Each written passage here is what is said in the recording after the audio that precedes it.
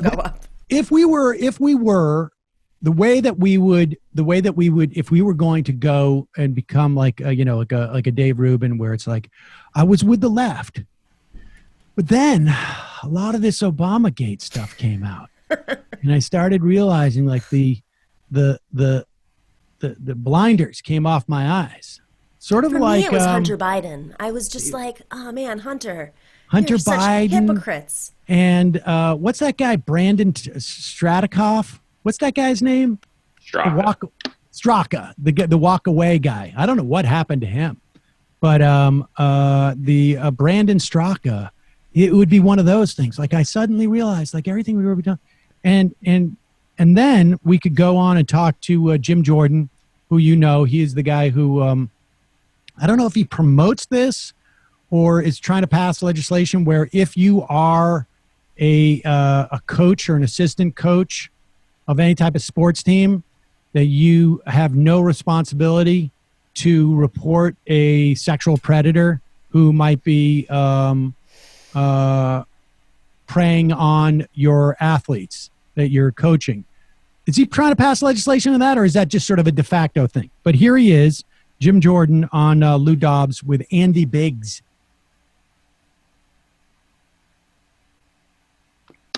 One second. What number is this? Number 9. Number 9. 3 weeks in January of 2017. January 3rd, Chuck Schumer says, you mess with the intel community, they have 6 ways from Sunday to get back at you. January 4th, Peter Strzok overrules the field agents who said Mike Flynn did nothing wrong, overrules them and says Comey and McCabe want us to pursue Mike Flynn. January 5th, Obama meets with these top people, Brennan, Clapper, Yates, Comey in the Oval Office. After that meeting's done, he sits down with Comey and talks about Mike Flynn. January 6th, that same group of people in the intel community go up to Trump Tower and brief President Trump. At the end of that meeting, Comey does what? Sticks around and talks to the president about President Trump about the dossier that he already knew was false, salacious, unverified, and Russian disinformation. And then, of course, 12 days after that, they go set up Michael Flynn. And in between the January 6th, when they're trying to trap the president, and January 24th, when they trap Michael Flynn, in between that, what do? They leak information to friendly reporters to further set up this false narrative. Those 3 weeks in January tell us everything, and the president is exactly right. If it can happen to him, imagine what they can do to you, to Andy, to me, and more importantly, to any American citizen. That's why this is so darn wrong.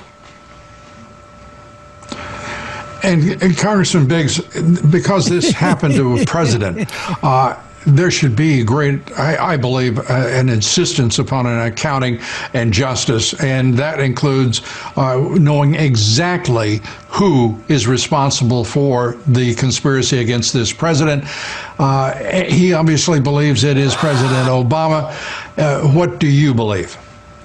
Well, I think all the evidence, Jim gave us a great timeline, but all the evidence does point to coming right out of the top from President Obama on down. And this really was a conspiracy to do something that we've not seen in American history, and that was to actually perform a coup. That's really what this was. I mean, you can't get to it any more succinctly than that. This was an attempt to undermine the election of the people. That is a very serious allegation. Yeah, it is. It was a coup. It was a coup. I thought that the Trump administration has basically been arguing the past 3 years that a president is above reproach and can't do anything illegal while in office. Well, it is only if you're an actual citizen of the country. Boom. There you go. Oh, I just like. I have to say, this is, and circling back, we were talking about this earlier. I think this is indicative of their having no theme to attack Biden. Like, what is the value of this politically? It's only for their own base. And if they're worried about their base, and I get that, you're dealing with you're in May. Maybe you feel like you got some time, so you're shoring up your base. But this seems like a little bit of a panic to me.